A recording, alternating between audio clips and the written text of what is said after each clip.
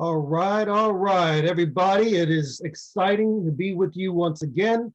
I'm with my twin brother and co-host Danny Brown as we continue with the Twins Talk It Up podcast. Today, we're going to be talking about conquering the imposter syndrome. You know, Dan, feelings of not being worthy or feeling like you don't deserve where you are or what you've achieved can be seen as having an inferiority complex. This is known as the imposter syndrome. People say, Dave, what really is imposter syndrome? Imposter syndrome describes a phenomenon where, despite external evidence of being competent, people still feel unworthy of the success that they've achieved, and they're really afraid that others are going to find out who they are. And when they find out who they are, they're going to feel shame. They're going to feel like they don't deserve what they've accomplished. This is what imposter syndrome is. So essentially, Dan, what imposter syndrome is, it's the feeling of not belonging where you are. It's the feeling that you're a fraud. And it's really driven by a fear of being discovered or being found out. It's the fear of being seen as not as smart or as talented or even as deserving or as experienced as fill in the blank, as somebody else, somebody with the same title. And evidence of this can be found, I believe, every day in a professional's life if they live with this feeling that they're not good enough. Yep. And I believe that so many of us in our society are driven, but they're driven in so many of the wrong ways.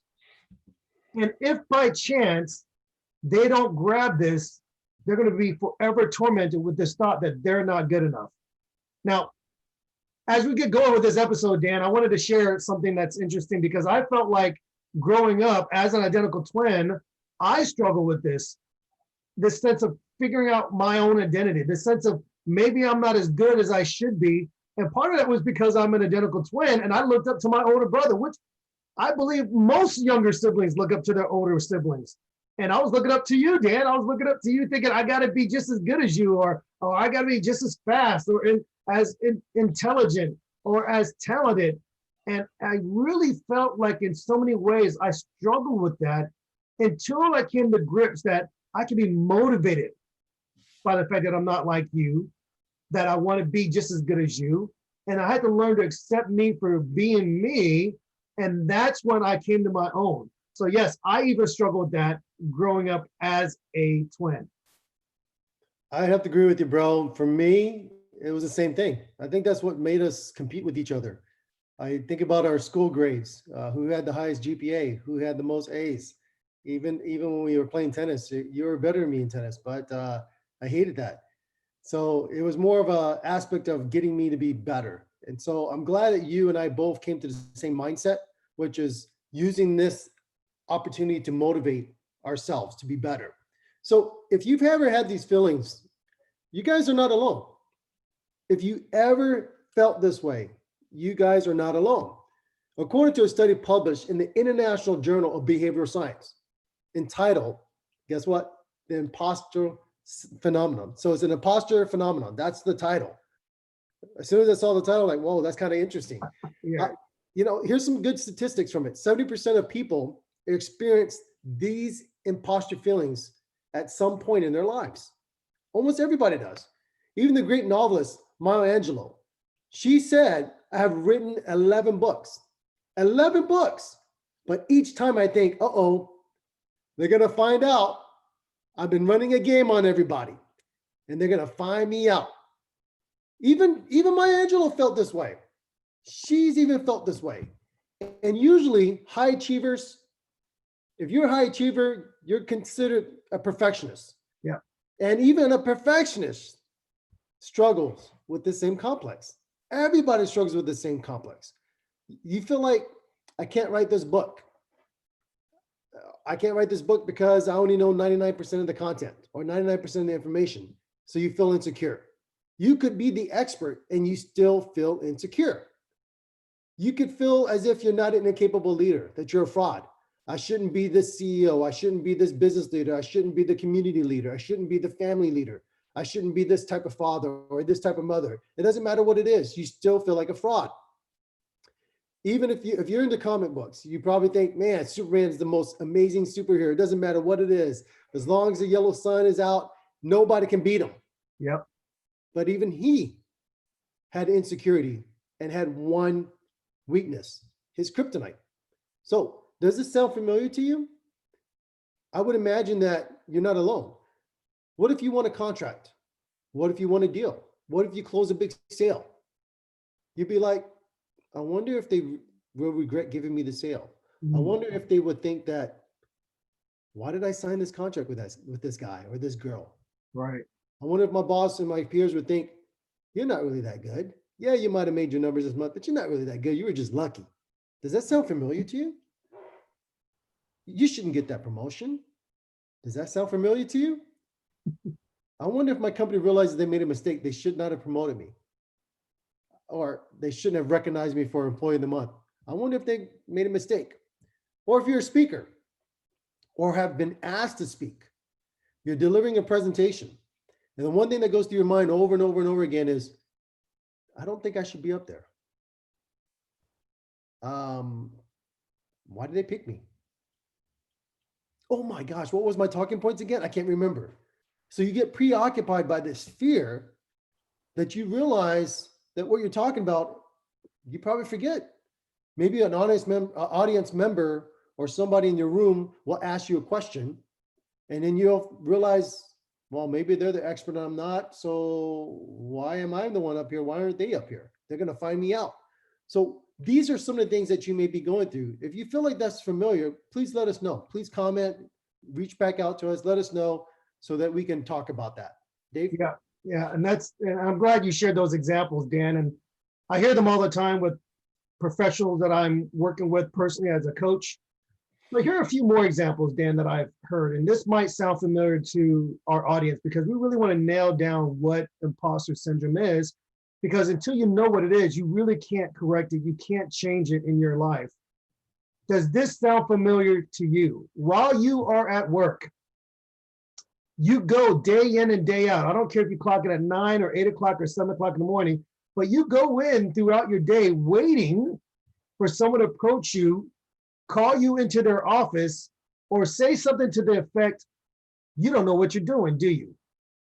Perhaps this sounds familiar. You're in a relationship, personal relationship, it could be business relationships, and it's difficult to get close to somebody and really open up because, truth be told, you don't feel comfortable. You don't feel comfortable because if they see the real you, they may not actually like you. Perhaps they like the fake better. Dan, here's an illustration. You and I both, and I can't think of a kid that didn't really love comics or love cartoons growing up. And we had our favorites. We loved the Thundercats. We loved the Transformers.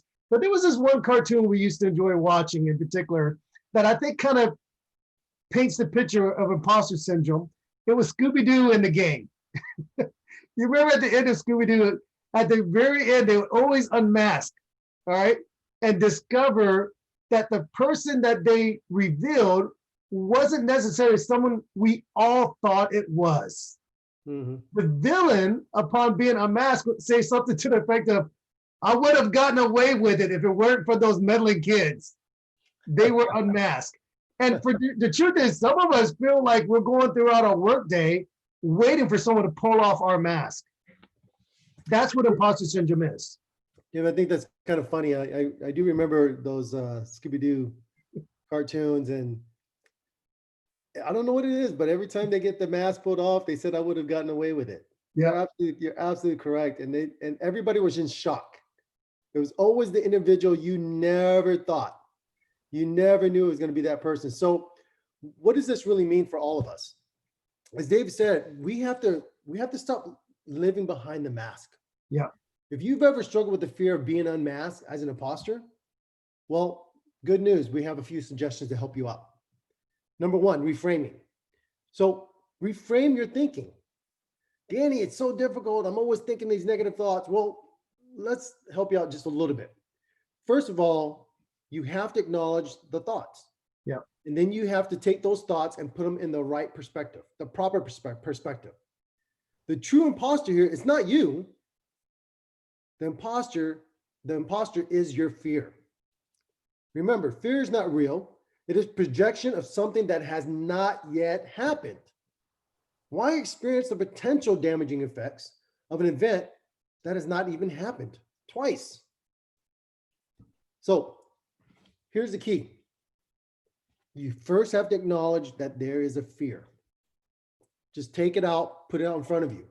And then you have to ask yourself, this is not real. It has not happened yet. It is not going to happen because it doesn't even exist. There's a difference between fear and danger. I think sometimes we get this mixed up, but we got to remember there's a difference between danger and fear. So stop thinking like an imposter to stop feeling like one. Yeah. There's always this positive affirmation. And Dave and I, we have a great affirmation workshop. If you guys want to learn a little bit more about it, reach out to us. We'll help you out with that. We have an affirmation workshop where we specifically cater affirmations for you and you only. Not everybody needs the same affirmations. Other people need different affirmations. So work with us. We have a program. We can help you out with that. So the key is, here's a quick exercise. Accentuate the positive. Yeah. This is part of the affirmation statements. If you do that, and remember, if you do this, not once, but repetitively, over and over again, you will come to realize it as being real, and it becomes real. So remember, there's this video of the little 3-year-old boy whose parents taught him to repeat some affirmation statements, right? So if you don't know what this is, just go out and Google it. Ask David to leave a link below. Dave, can you make sure you leave this link below for everybody, please, just in case? Yeah. So this little child over and over again stated this one thing: I am smart, I am blessed, I can do anything. Just those 3 words. I am smart, I am blessed, I can do anything. I am smart, I am blessed, I can do anything. Now, don't just do it for yourself. Try it on your child. Try it on your child today and do it for a week just with your child and see your child's mind change, his or her behavior change, his or her attitude change, and make that the proof that yes, you can change. Yeah. So that's the exercise. Try that out. If you need help with the script, to write out a script, what to read every day, remember, it's about your strengths and your weaknesses, your personality, your way of visualizing the world. We can help you with that. Power of visualization. So we talked about reframing it. We're talking about, let's look at the power of visualization. What does it look like? How does it work? So if you're a driven leader, you got to give yourself some grace. Give yourself permission to make a mistake, to learn and to forgive yourself. I think a lot of times we think about what's happened with COVID this year. And people say, wow, Dan, must be tough running a business during COVID. People are not buying your program or your products as much, or people are out of work, whatever it may be. And I say it's a blessing. Yeah. This is giving us more time to self-reflect, more time to think, more time to be grateful for what we have, more time to be grateful for the people that listen to our podcast, that listen to what we're trying to teach every day, hoping that it can give them a little bit of an edge for applying for the new job, a little bit of an edge when they're interviewing, a little bit of an edge when they're speaking to their boss, their manager, their CEO, a little bit of edge when they're speaking to their peers or to their kids or to their spouse. We're hoping that this can give them a little bit of edge. So learn from your weaknesses. It's okay. It's not a negative thing all the time. This is healthy. Yeah. This is a great place to be. Don't beat yourself up about it. Dave, what are your thoughts? What's number 2?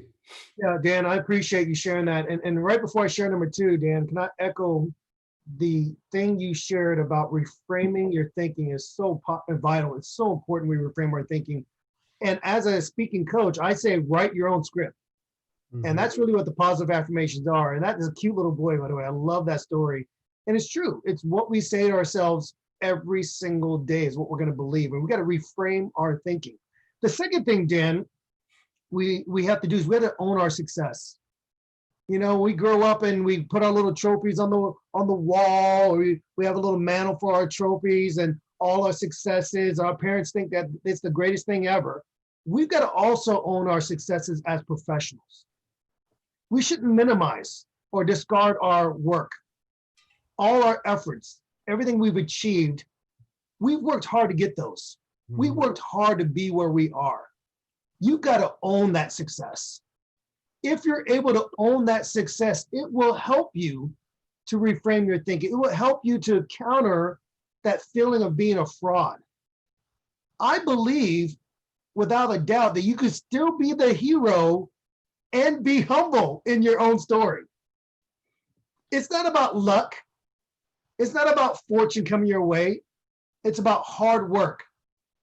Interesting here, Jodie Foster, when she won her Oscar, she said this, Dan, I thought it was a fluke. No, own your success. You worked hard for that. You embodied that role.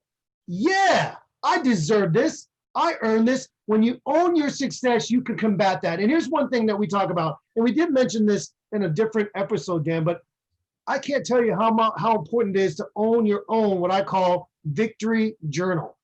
Writing out your victories, even something as simple as this, writing out your victories will help you to own your success. That's the second thing you could do when it comes to learning to get rid of that fraud, that imposter feeling. Dave, I totally love what you just stated. There's something that we all need to do. And I think maybe mostly me, but when I think about men, most of the men around me, we don't like to journal. Yeah. My wife is a huge component of journaling. She has a journal about her feelings and her fears and insecurities.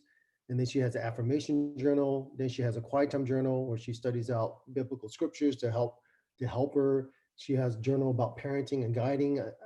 I have a hard enough time with just one journal. She has multiple journals. So don't forget the power of going back to reflect. Right. And I think that's really going to help you grow. And when I say that, the next component is don't compare. So it's easy to be in a position where you want to compare yourself to others. Right. So easy. It's not always going to be apples to apples. So remember, everybody's unique. It is not fair to make comparisons when you talk about your weaknesses versus other people's strengths. Right. Make the most of the gifts, talents, and your own hard work. When I think about my twin brother and I putting this podcast together on what it means to be identical twins, what it means to grow up being mixed biracial, what it means to grow up and learning how to become leaders in business, public speaking, and self-awareness, executive coaching, all these different things. And I kept telling them, no, bro, there's so many people that do this already. There's so many experts already out there. We can never help people like these guys can. No, Dave, there's already thousands of podcasts out there. There's nothing that we can do. And I'm always doing this, comparing myself to other people. And then one day my twin brother said, look, what strengths do we have? Yeah. What's our gift? At the end of the day, when we're 95, 100 years old, God bless if we can make it ever that far, when we're in our deathbed, we're going to tell ourselves, I wish I would have done this, or that. So right now we're doing it. We're giving our time, effort, energy, IP to everyone, helping every individual to be a better version of themselves each and every day. And so that's why we're doing this. Yeah. So as we go forward, please remember, this is something that my twin brother and I decided to do. We didn't want to compare ourselves to other people because that's what held us off all this time from doing this. We decided, hey, we're just going to spend some time every week to help other people, to help people to be better. Dave? Yeah, Dan, I appreciate you sharing that. We can't compare ourselves to other leaders, other individuals. And if you do that, you may find yourself always looking up and not putting yourself in a position to be successful. And Dan, you said something that alluded to the fourth thing we could do to kind of help combat this imposter syndrome feeling. It's don't play it safe. Now, I know we're in a health pandemic. I know we've got some challenges in our society, in our country, but this is not the time to play it safe. We got to take more risk. And by the way, with me saying this, I'm challenging myself because I don't want to be comfortable. You never know what you're capable of doing unless you try. This is a time to quote unquote gamble on yourself. Mm. Each time you fall down, you're going to be able to get back up and learn from that experience. You've got to discover and strengthen your personal brand. So don't play it safe. It goes back to something I want to be able to capture from Brene Brown. She said something about the 5-second rule. It was kind of her strategy, Dan, to just take action. Whenever she felt doubt, she took action. It's that old Nike slogan, just do it. There was a movie, and we kind of grew up with Michael J. Fox and his different roles too. But there was a movie he was in called The Secret to My Success.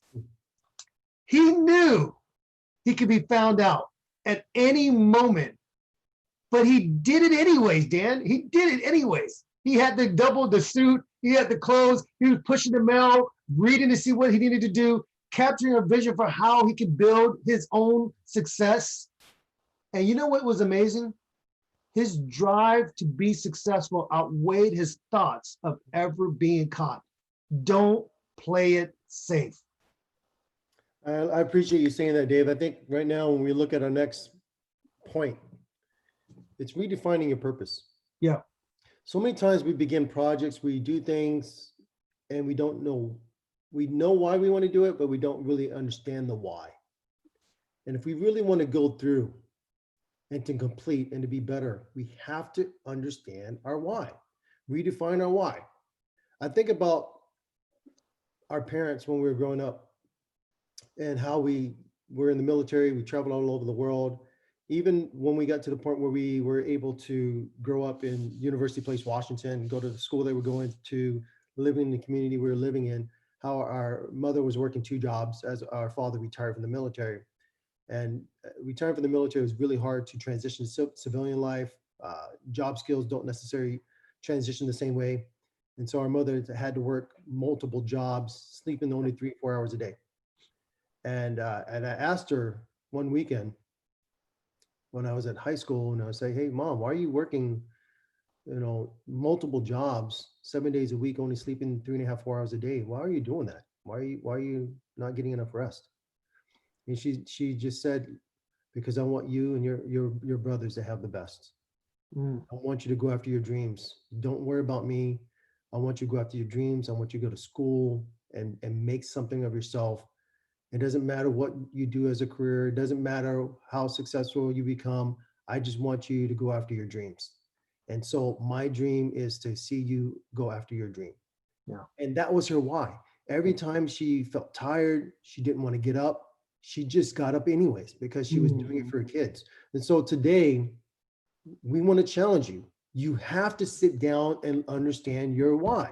Yeah. What that why is going to be your fuel. It's going to drive your passion. It's going to drive your vision. When you feel like giving up, when you feel like you don't want to do anymore, that why is going to give you the incentive, the motivation to keep moving forward. When people say, "Hey, I want to buy your program, Dave," or "Dave, I want to get better. I want to learn. I want to be the confident speaker I never was before, but I don't want to spend 2 cents on it." Then what's your why? Why would you go to college? Why go to high school? Why go to middle school? Why do anything? Why get certifications? Why do anything in life if you don't want to be better? Yeah. And that causes sacrifice. Yes, you may have to give up Netflix. You might have to give up HBO just for a little bit. But your why is your motivation. It will push you and propel you when you feel like, hey, your friends are out watching the NBA finals in the bubble. What should you be doing? Hey, this is a blessing. This time that you can't go out, here's your chance to learn, to get educated. Yeah. Find out what your why is. If you need help, there's a couple books, of course, you guys all know Simon Sinek, he wrote those books, The Why. But if you don't even want to read that, give us a call. We will help you. That's our job, to help you. You have to have that why. Dave? Yeah, I agree, Dan, and I appreciate you sharing about Mom. And our parents, they're amazing.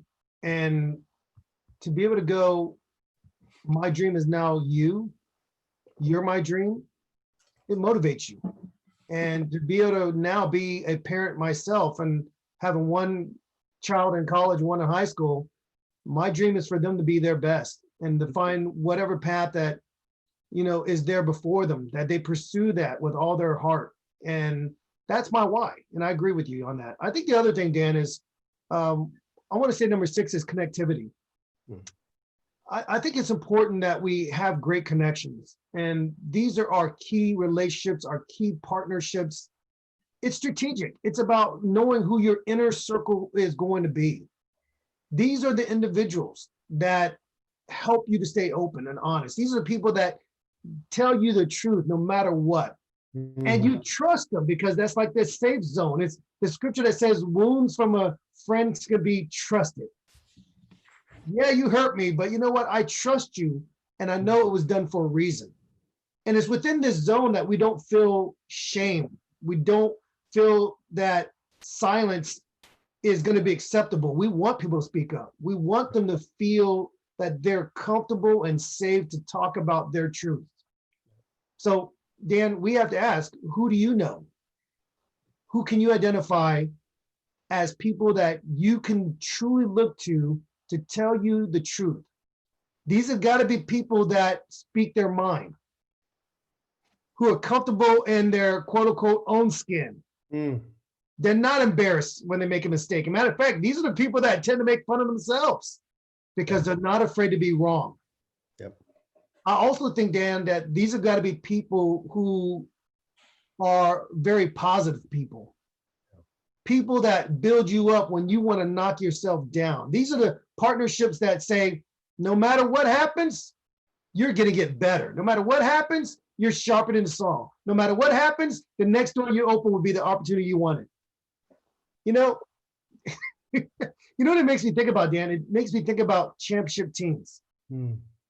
You can't win a championship by yourself. Michael Jordan didn't win those 6 championships by himself. He needed a team, people he could trust. And as someone as competitive as Michael Jordan, he's not just going to give up the rock. Nope. He's not going to just let you have the ball to shoot John Paxton. He's not going to just give you the ball, Steve Kerr. He's not going to give Scottie Pippen the ball if he didn't trust him. Yeah. He believed it in this core, tight-knit team, these connected relationships that if they all did their role, they would win a championship. And they won 6 of them together. Yep. So you can't win without it. And here's another thing I was saying. I'm not just talking about friends. How about mentors or coaches? These are people that will confront any fraudulent talk. These are professionals that are going to reframe and provide truth and reminders for you to stay the course in order for you to achieve your goals. Dan, here's the thing. I had a client last week. We were having a conversation and she's an incredible leader. She's built 3 companies. One of them was a multi-million-dollar company, 24 employees, and had some challenges where the company had to be sold and really she felt like a fraud. And even though she's building 2 more companies, she felt like she shouldn't be able to be successful. She didn't deserve to be successful. And we had goals laid out and she told me what she wanted to accomplish by a certain date. And on that date, we actually scheduled intentionally our coaching session. And I asked her, go back through the goals. How did you do? And even though she accomplished those goals, she kept trying to say, well, I don't really deserve that praise because, you know, this one came because of a referral. This one came because of a posting. I said, whoa. Did you accomplish your goals? She said, yeah, I hit them. Then I said, you did exactly what you said you were going to do. You are incredible. And it really helped her to change the way she thought about it. You got to accept key, close relationships. People are going to tell you the truth. People are going to believe in you, and they're going to help you to be what you need to be. That's what I believe about relationships, Dan. Yeah, I think that's pretty phenomenal, bro. When you think about the speeches that people make when they win a championship, or they win the Oscars, or they win anything in their life, they always thank the people that are closest to them that actually help them get through the thick times and the hard times. True. I even think about some of the executives that you and I work with, who were very successful in running their organization or their business or their practice. And the first words out of their mouth is they always want to thank their spouse or their husband, their wife, their best friend, people who stuck with them when they went through all the bad times and even the good times to where they were successful. These people were the ones that were closest to them, who saw them at their weakest. Yes. Sometimes we like to look at these individuals who have done great works and we forget that they've had some lows, that these individuals were in their lives to help them. And when they were at their lows, they felt like giving up. They Yeah. felt like they were imposters. Why are they doing this? They felt like they're imposters. And that person that they were connected to, the person that knew them at their weakness, at their vulnerability, was able to help spur them on. Yeah. Do you remember why you started this business? Do you remember why you started this practice? Do you remember why you wanted to go down this path? Why did you do this? What is your why? What was the reason why you wanted to start this? All these reasons. Go back and look at your journal. What did you write down was the reason why you wanted to do this or do that, accomplish this?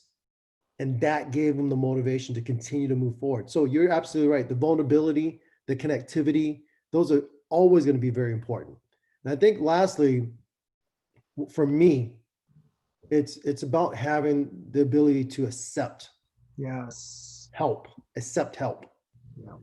We talked about accepting being vulnerable, having the great connections. Those two things are great, but if you don't open up to want to get the help, you're not going to be better. You spoke about mentorship and coaching. Those are so crucial. Everyone needs a coach. I don't care where you're at in any point in your life. It doesn't matter. The best soccer player, the best tennis player in the world, they have a coach. And most of the time, those coaches were ex-athletes themselves. You look at some of the best football coaches in the world. They've never played football in their whole life. Some of them have. But they're so good at X's and O's. They're so good at looking at where your strengths and your weaknesses are. They can help you get to become better. Mm. When you look at Michael Jordan, not everybody realized he had a coach to help him to be better. Even Kobe Bryant had a specific coach to help him to get better. Maybe it's a jump shot. When we think about LeBron James, there's videos of him getting taught in tutorial by Hakeem Olajuwon. Because as you get older as a player, and he's in his 17th year, I believe, in the NBA, Yep. you have to change your game up. You're not as fast or as quick. Right. You have to work on your foot movement. And so if you Google those or go to YouTube and you just put down LeBron and Hakeem Olajuwon, you'll see him being trained by one of the greatest centers to ever live. Mm. How to get open, how to use his feet, how to turn around, how to do a fadeaway jumper. And so now you see LeBron doing more of this than ever before. He's still strong enough. He should be backing more people down. I don't know why he's not backing people down. That's another story. I'm not going to get into that. The guy should be out there getting triple doubles every single game, but that's another story. But I think at the end of the day, as Dave stated before, we have to think about this. We have to look at it. And as humans, yes, we're imperfect. My twin brother and I are imperfect. But we have to remember that sometimes that diamond had to go through a lot of pressure, a lot of heat as a piece of coal before it became a diamond. That's right. We as coaches will help you to go through that process as well. So you need to support yourself. It's That's so right. easy to criticize yourself. Nobody criticizes you more than yourself. Mm. Nobody tells you more negative things about yourself than yourself. Yeah. Don't go into my presentation, Oh. Dan. I'm not going to. However, you need to learn to tell yourself the good things too. That's right. That's right. When you accept how amazing you are, how incredible you are, how fantastic you are, you won't be haunted by feelings of inadequacy. You just won't. You won't be haunted with, I'm not good enough. You won't be haunted with an imposter syndrome. You won't be haunted with comparing yourself to other people. You have to reaffirm to yourself how amazing you are. I'll tell you this right now today. If you don't know this, you are awesome. Yeah. I'm going to tell you that right now. Listen to this one more time, guys. You are awesome. It's okay to say this. It's okay to believe this. It's okay to feel this. Yes. You are awesome. You're amazing. So remember to accept this. Remember the principles that we talked about today. I think my brother and I, we went over a few things. We spoke about own your success. We spoke about reframing your mindset. We spoke about don't comparing yourself to other people. Don't play it safe. redefine your purpose, understand your why. What is your why? Dave talked about connectivity. He Yes. also spoke about vulnerability. Mm. These are the steps you need to go through. You have to go through this. Do not take the shortcut. Don't do it, guys. You want to be better. In closing, we want to thank you for joining us on our Twins Talk It Up podcast. We want to make sure that you don't forget to subscribe, to give us our 5-star rating. I'm not going to be shy. I'm asking you to subscribe. That's right. I'm asking you to give us a 5-star rating. I'm asking you to go online and make sure that you also donate. If you feel like you're gaining anything from this, go ahead and donate. We have a Patreon account. We can't do what we're doing without your assistance. I want to make sure you guys remember, Dave will provide the link. He will provide the information we spoke about earlier. I'm smart. I am blessed. I can do anything. And remember to say, I am awesome, because you really are. So don't forget to subscribe. Don't forget to give us the 5-star rating. Don't forget to donate through our Patreon account. And lastly, don't forget to share the word with everyone. Dave? Well, I appreciate the time, Dan, and thanks for the charge and the encouragement. Hopefully this has been helpful for you and you've enjoyed this time with Dan and myself. We're thrilled to be able to do this show, and we're excited to be able to talk about the topics that are all most important to you.